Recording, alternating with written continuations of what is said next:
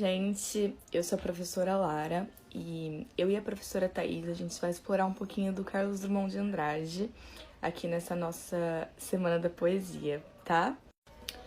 O Carlos Drummond de Andrade, ele é um escritor modernista brasileiro que surgiu ali em 1930, na transição da primeira fase modernista para a segunda fase. Ele veio e marcou exatamente essa transição, porque agora, depois de alguns anos aí de existência do modernismo, esse período já está mais estruturado, as características já estão mais fortificadas, e agora é o momento de realmente fazer acontecer uma expressão, uma identidade artística efetivamente brasileira, como nunca foi antes.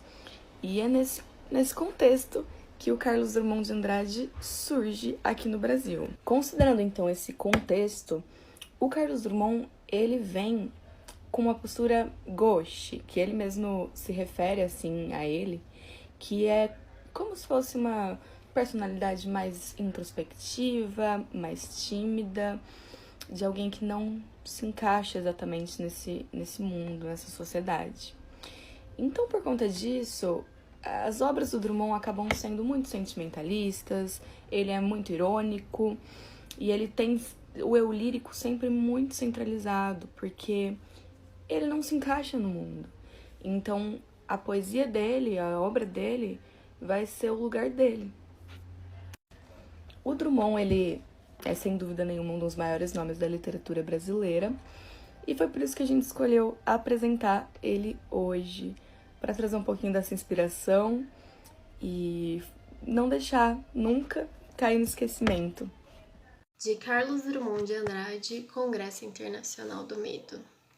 Provisoriamente, não cantaremos o amor, que se refugiou mais abaixo dos subterrâneos. Cantaremos o medo, que esteriliza os abraços. Não cantaremos o ódio, porque este não existe. Existe apenas o medo, nosso pai e nosso companheiro. O medo grande dos sertões, dos mares, dos desertos, o medo dos soldados, o medo das mães, o medo das igrejas. Cantaremos o medo dos ditadores, o medo dos democratas. Cantaremos o medo da morte e o medo de depois da morte. Depois, morreremos de medo. E sobre nossos túmulos nascerão flores amarelas e medrosas.